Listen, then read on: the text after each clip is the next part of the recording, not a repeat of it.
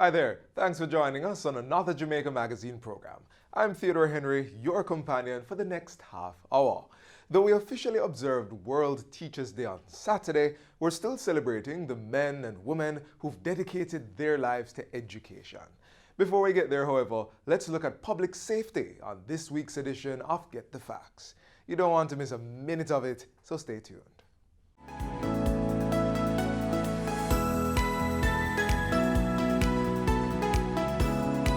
Did you know that you can apply for a copy of your birth certificate online or by visiting any of the Registrar General's Department offices listed on their website?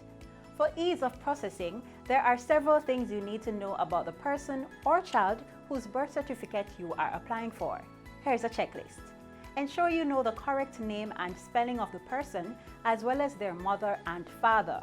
You will need their date and place of birth, which is usually the name of the hospital or location they were born. Parish of birth is also important. Find out also the birth entry number along with the date and place of registration for the adult or child. Remember, for additional information on how you can apply for a copy of your birth certificate or someone else's, contact the Registrar General's Department today. This week on Get the Facts, Assistant Commissioner of Police Dr. Kevin Blake joins us to discuss public safety and traffic enforcement on our nation's roads.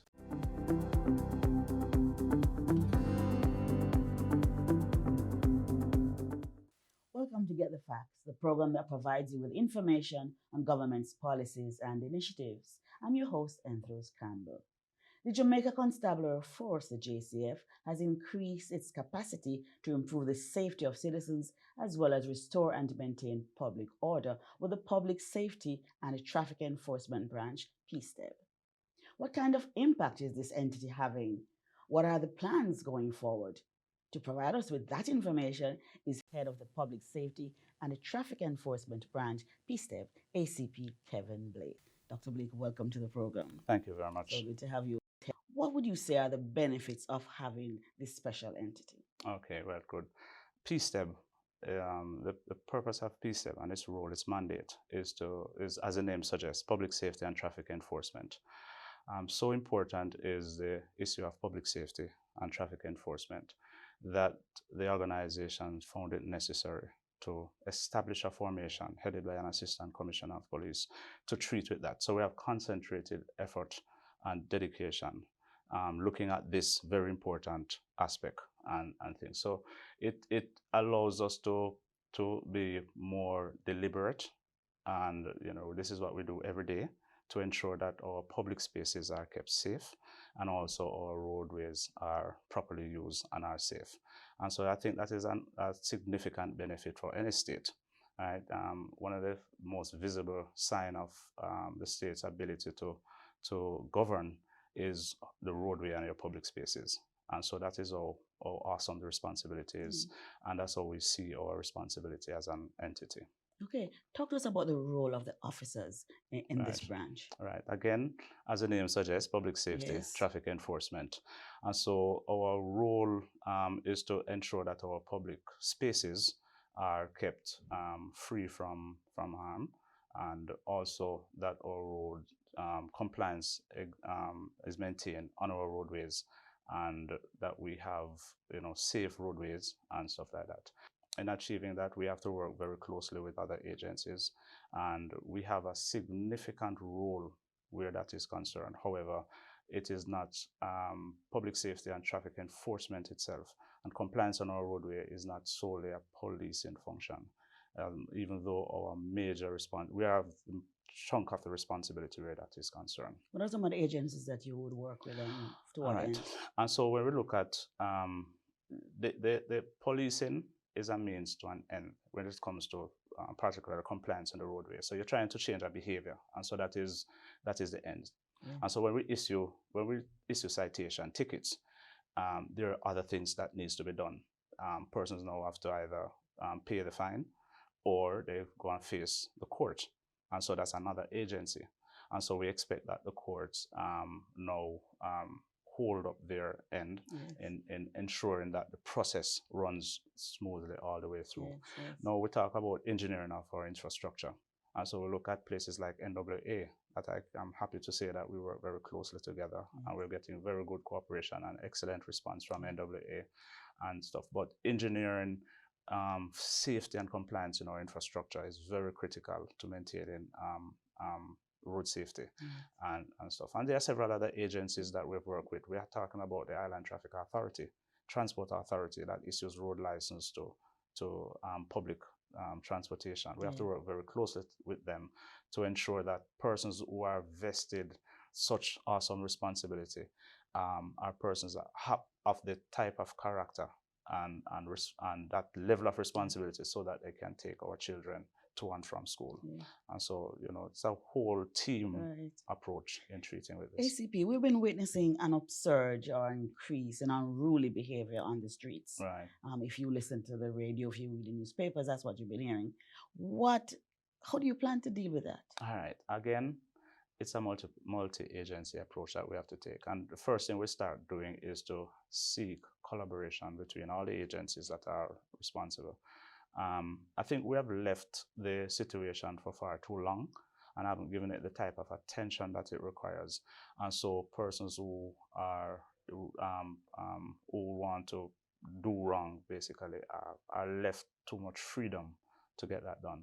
And so persons are able to rack up 1,000 tickets, yet insure their vehicle, renew their road license, renew their driver's license, and stuff like that. And so the deterrent effect is not there. And I am really hopeful for the new Road Traffic Act, and I really hope that some of the venom in the sting that is required to ensure compliance and ensure deterrence from certain behavior exists within it. Enforcement, of course, we have to ramp up our enforcement, but I just want to put it on record that we have been enforcing. When you have an organization that issue in almost approximately 500,000 tickets per year, that is enforcement. When you find a single driver that is issued 1,000 tickets, it is 1,000 times that the police have enforced that. But how does that help? They're still there behaving. Exactly, unruly. that's the point I'm making. Yes. And so I'm saying that from our side, this is the extent and the scope of what we can do. What we expect now is other agencies of the state to cause that person to learn a lesson and stuff. And so the person should not be able to, right? But sir, on some roads, if we talk about motor vehicles now, on some roads, you know that people are always going to be behaving badly. Why isn't the police on those roads, for example? Some of the roads I use every day, you see people making 3-4 lanes. Where's the police? I know the police can't be everywhere, but I mean, at least you would get some feedback that these roads really people are unruly. Why aren't you present? I'm happy you asked that question because, in response to your question, I won't be seen as a complainer because I'm responding to your question. But the calls I get every day, I wish I could satisfy all those requirements. When you're briefing your men, one of the first thing I do when I brief my men and women before they go out in the mornings at 4 a.m. is to tell them thanks for being there, because it's an awesome responsibility, and the demand is there, and I'm not complaining about the demand, because demand is made of you when there's value for your service. So when the public demand things of us, we like that, we appreciate that. However, we can't satisfy everywhere that, and no society, I think, can. What happens and why other societies survive is that there is a respect for the rule of law and that social contract. And so for the few who choose to deviate, then police can deal with them. Here, when you have so many things happening all over the place, we need more than just police chasing behind people. We need more than that. What do you need? What else? We have proven to everyone, the citizens of this country, that we are up to the task, we are willing, and we will prosecute persons. We will issue them tickets and citations. And once that is the scope of what we do, we just expect that once that is done, persons are not to be allowed to rack up 1,000. It's a ridicule of our system. And so what we ask is that just for us to be mindful that we are satisfying a means to an ends. Change in behavior is the ends, and that will be achieved when people, when there are serious consequences to that behavior. Okay, thank you so much. Let's take the break here and continue with more on traffic management by the Public Safety and Traffic Enforcement Branch, PSTEP. Stay with us.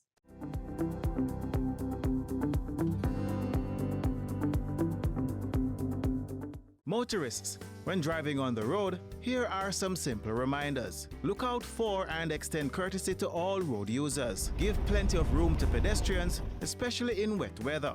Drive slowly. No bother wet them up. Slow down when approaching a pedestrian crossing or school, and always be prepared to stop. Remember, a school zone is a 30-kilometer zone. Cut your speed. Drivers of large and slow-moving vehicles should always keep in the far left hand of a dual carriageway. Keep it simple. Drive left and pass right. These are just simple reminders of your road duties. Drive safely.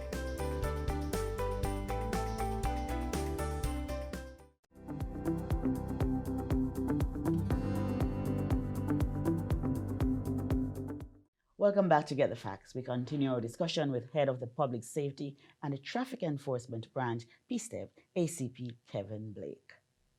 Now, we were talking about unruly behavior and so on. Tell us about some of the violations that persons, not just motorists, but people who are moving around in public spaces. What are some of the violations that can be ticketed for? Okay, all right. So for in public spaces and for public safety, there are a number of violations under the Town and Country Act, a whole list of them that I haven't committed to memory. Yes. However, things like illegal vending, obstruction of traffic, blocking pathway for persons to pedestrian to walk, littering and stuff like that. So these are some of the things that we can ticket. But we don't ticket people for littering at all, basically. Well, it's actually someone. You give them someone. You see, sometimes when you have so many things happening and such breakdown, you know, it's very easy to not see or not being able to prosecute all that you see, because there's so many other serious things happening around. But so we need an education campaign, right? Exactly, we need the education. We need first of all citizens to understand and be aware of their surrounding, and not only of their rights but their responsibility. And we need majority of our citizens to act responsibly in the public spaces, and so that will give us the opportunity to treat with those few who wouldn't. PSTEP was rolled out first in Kingston, St. Catherine, and some other resort towns, with an intention to move towards the entire island at some time. Where are we with that? All right, we're going well. I mean, one of the things that we have done is the PSTEP's establishment coincided with probably one of the most difficult time in our era in traffic management, and it was last year September at the commencement of the several major roadwork in Kingston, and that's the time when it was launched. And so our primary effort at the time, because we have to be responsive as an organization, we have to treat with what is the problem at hand at that time, and we have to reshape ourselves in order to address that challenge. And so we were predominantly dealing mainly with traffic enforcement and stuff like that. However, the public safety component of PSTEP, we have been rolling on it out, but it requires some more work. And so now that things are somewhat leveling off, the roads are being completed and stuff like that, we're now looking at further implementing that aspect of our public safety. In terms of our traffic management, however, and also public safety, the organization, the former traffic headquarters, highway and patrol headquarters, that there were offices within each divisional HQ. So we have 19 geographic divisions. So every division we have a traffic component.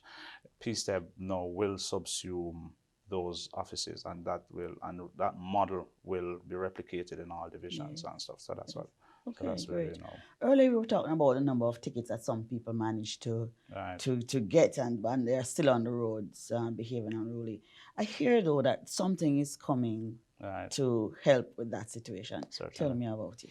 All right. And so our traffic ticketing system, a more effective a better working traffic ticketing system would have helped us, and it would have prevented persons to be able to rack up so many tickets. One of the challenge with that is that unpaid tickets, that once a ticket is issued to you, it's a citation. Once you don't pay at the tax office, if you have the opportunity to, then it automatically becomes a summon for you to go to court. And if you don't go to court, usually a warrant is issued. Now that process is a bit time consuming in issuing the warrants, because it has to be manually written up and stuff like that by the judge and checked. And so what is being rolled out now under the Ministry of National Security is an automated warrant management system to better able to manage these the issuing of these warrants. And so we'll find a lot more of these warrants being issued, and so we can now start, having people account for this. So how does it work? I get a ticket and you plug that in into a web-based system, right? And then yes, it is. There always exists a system, an electronic system to capture the ticket information.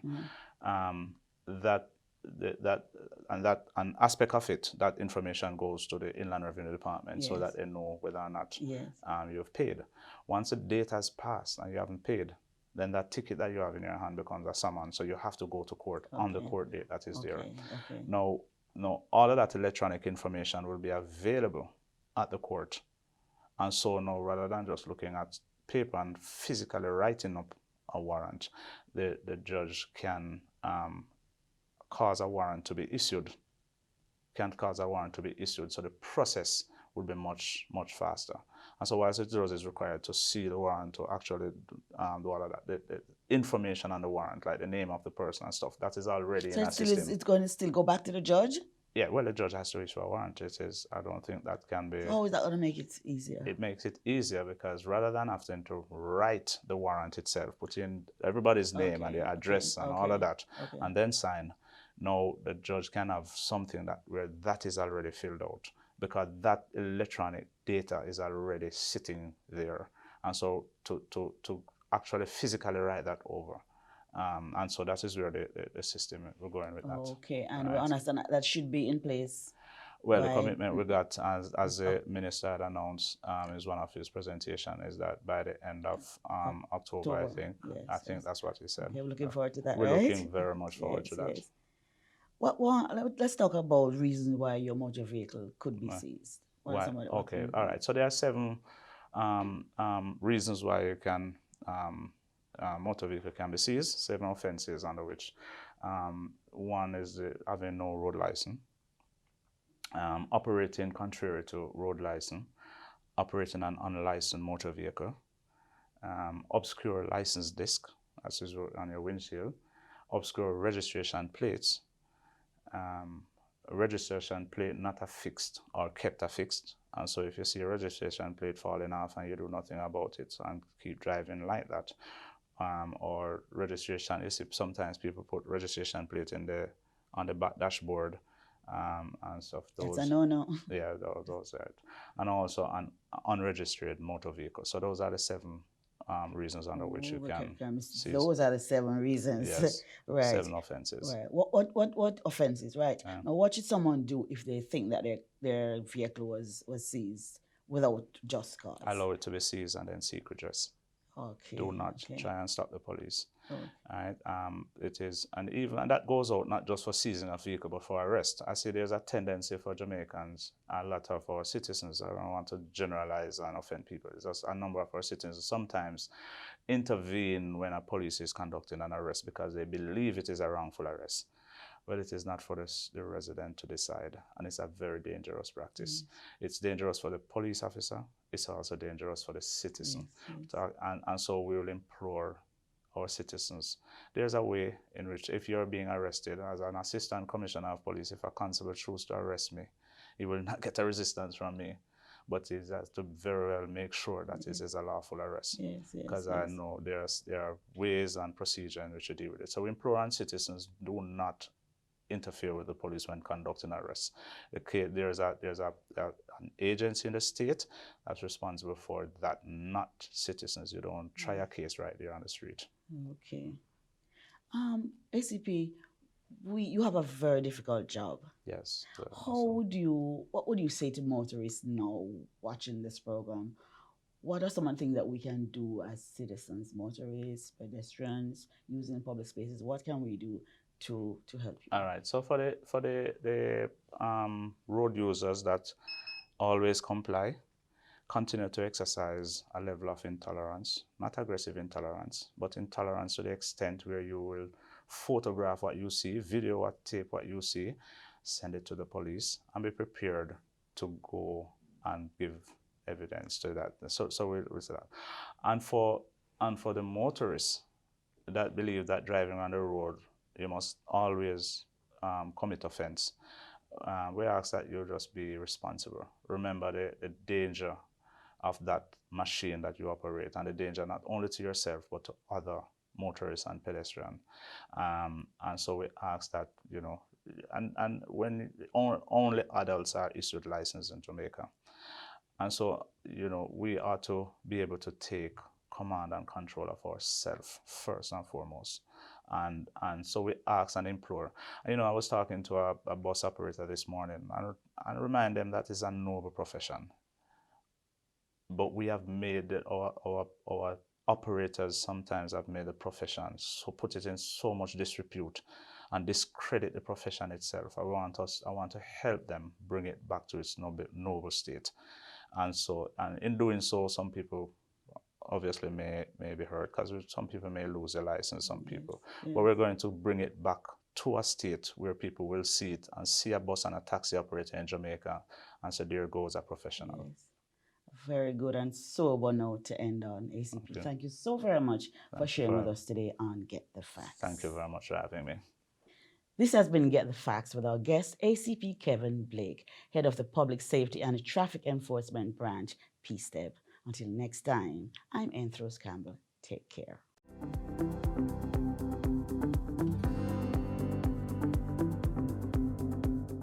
Businesses operating within parishes under the state of emergency, your closing time has been extended.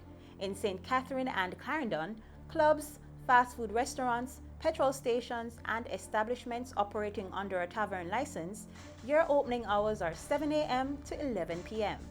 For supermarkets, grocery shops, haberdasheries, and other businesses, opening hours are 8 a.m. to 11 p.m. In Westmoreland, Hanover, and St. James, business closing time is between 10 p.m. and midnight. Teachers play an important role in the lives of our nation's children. They teach, they nurture, and most importantly, they affirm. After all, a little encouragement goes a long way. How many is that? 20. All right, so of my population, we have strongly agree. So let's count up all the persons who agree over here. Count 10 plus 2, 12 persons agreed. Everybody understands what was taught a while ago about interconnection?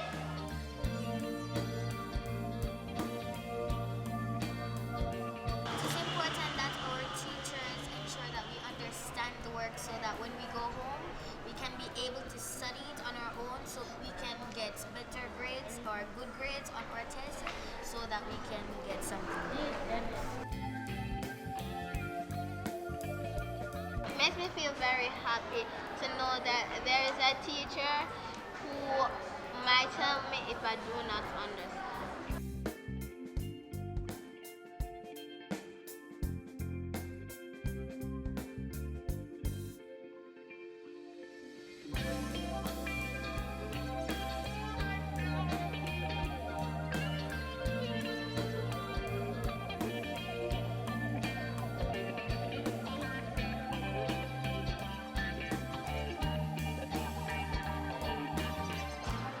Assurance means so much to our children.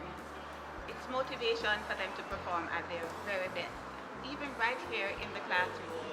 And my little friends, Miracle, Alyssa, Brianna, and Latanya will agree. as I ask them this very important question. Why do you want your teacher to make sure that you are learning? Because in our future, we'll have to get some good careers and it will mess us up. For instance, if you are going to be a chef, you got to learn what ingredients to use and what to not use. As Miracle said, it will interfere with our future if we don't get a good education or not.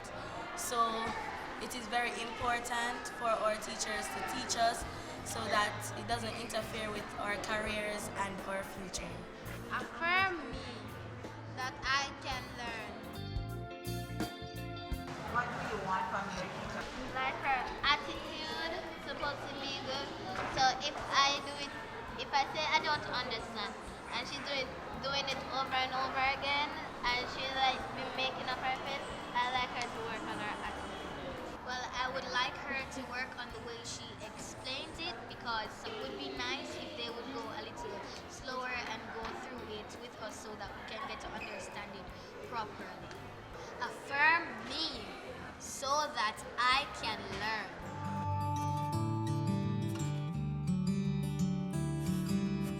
Thomas, you heard the students. They said they want teachers to explain more to them. They want them to don't speak too soft or too harsh to them to make sure that they are learning. What do you say to that? First and foremost, I do believe, like the children, that teachers have to be patient.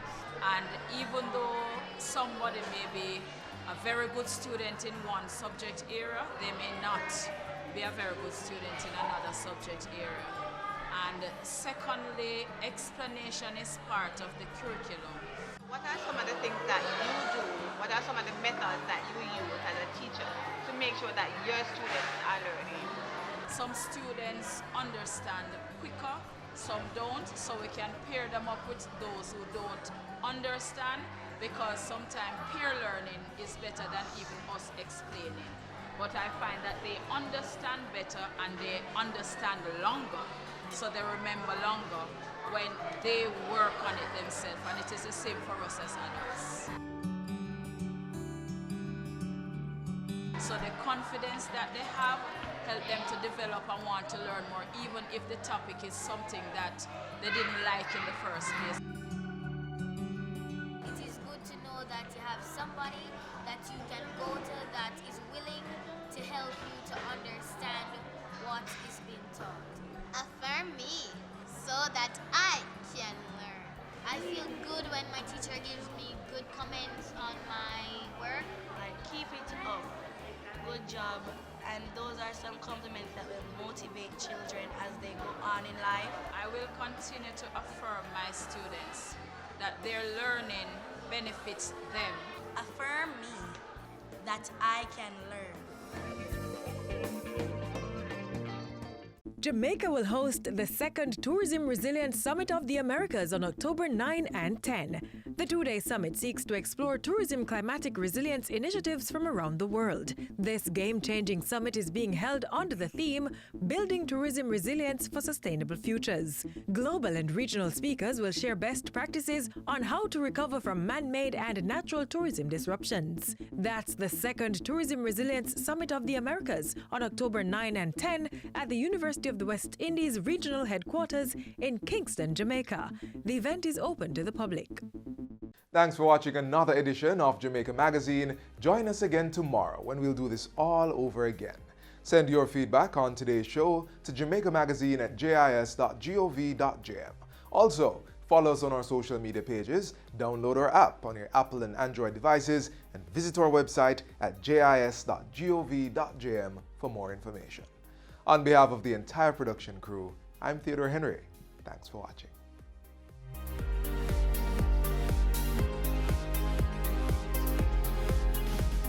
This has been a production of the Jamaica Information Service, the voice of Jamaica.